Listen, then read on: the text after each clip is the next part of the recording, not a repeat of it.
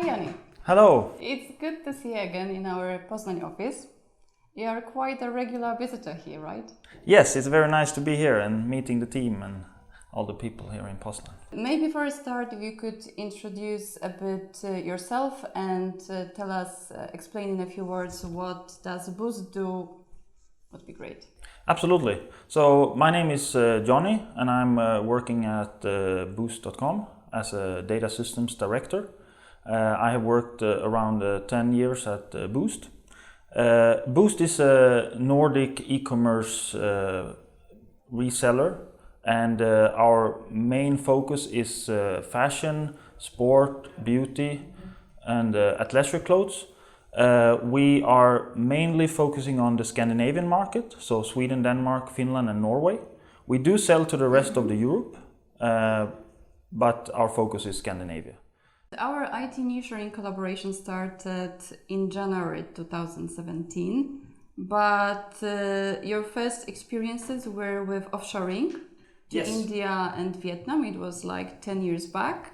Could you tell us about this experience and the conclusions from it? Absolutely.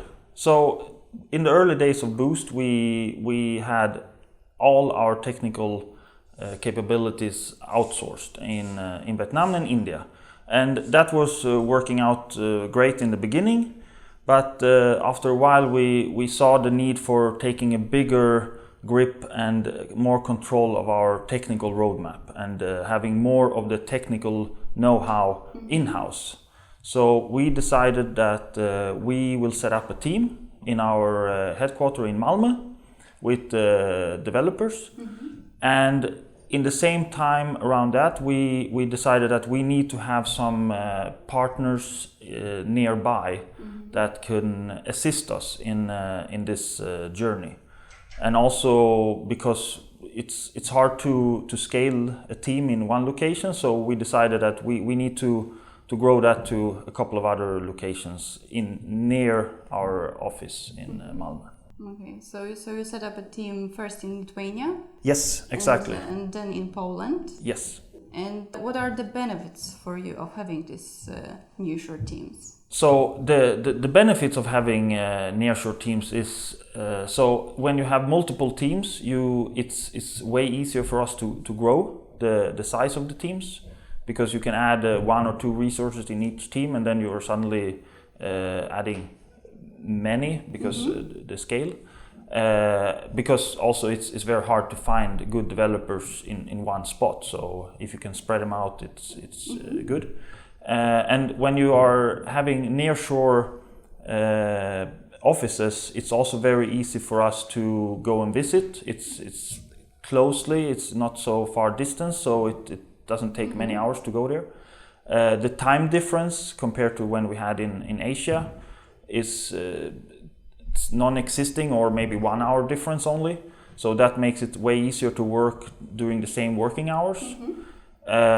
Culture-wise, it's also we think the same, and we work in the same way, and it's working out really good. And in your opinion, are there any limitations or risk areas related to IT nearshoring?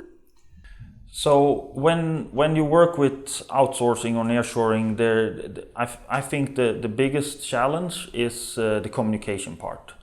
And that is always a challenge when you have multiple offices, to make sure that all this informal discussions that happens at the office with business people, that is spread to all the development offices, and to make sure that all developers have as a good scope understanding of the projects and involvement as possible, because that makes the developer to produce way better results if they feel involved and they get all this small information that you cannot always write down in a specification. Poland, in terms of location, was it an accidental choice for you? And what are your general thoughts about Poland as an IT outsourcing destination? So when we looked at setting up a new office, we looked at different locations. And we saw that Poland has a good market for developers. It has good communication and transportation ways to get here.